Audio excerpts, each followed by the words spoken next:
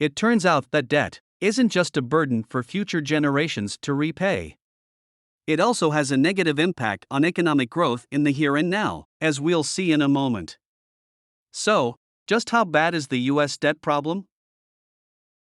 Let's take a look at the size of US debt broken down by category.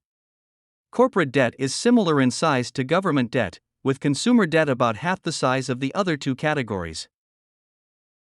Our current national debt puts us in some uncomfortable economic company. If we look at the countries with the top 16 debt to GDP ratios, we see all of the countries involved in the European sovereign debt crisis of the last decade. We also see that Japan tops the list. The story of Japan's economic decline is a particularly sad one. In a nutshell, the Japanese economy has grown very slowly since the early 1990s.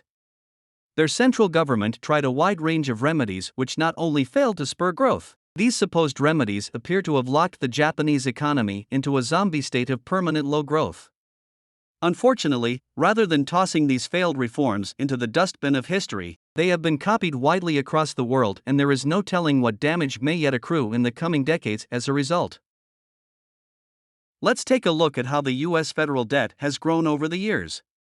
Recessions are marked by gray bars. You can see that the national debt grew tremendously during the GFC and during the government's response to the pandemic. US national debt surpassed the key 77% threshold during the GFC. In 2013, the World Bank did a study of the impact of debt on economic growth.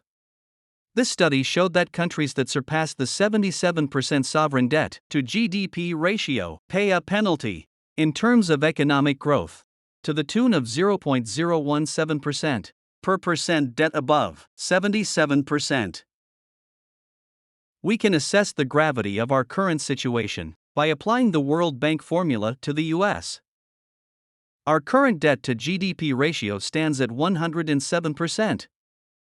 That puts us 30% above the threshold.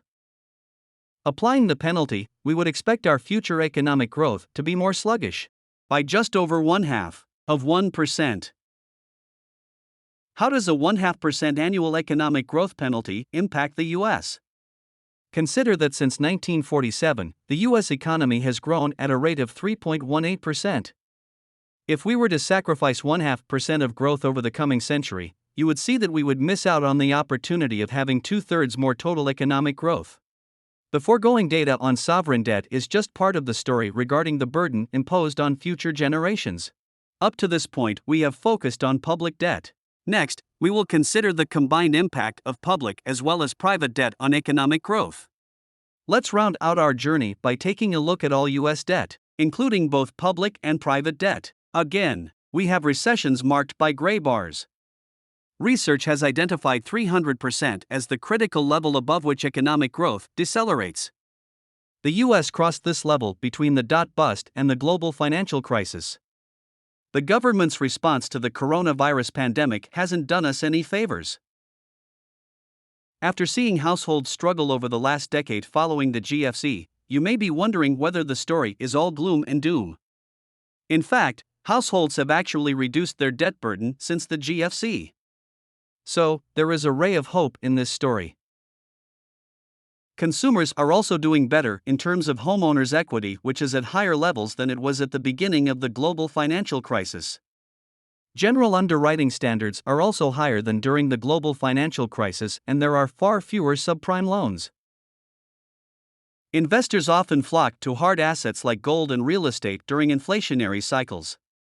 If you don't want to invest directly in real estate, you can consider investing in a syndication where you are a passive partner and don't have to deal with the day-to-day management of the property.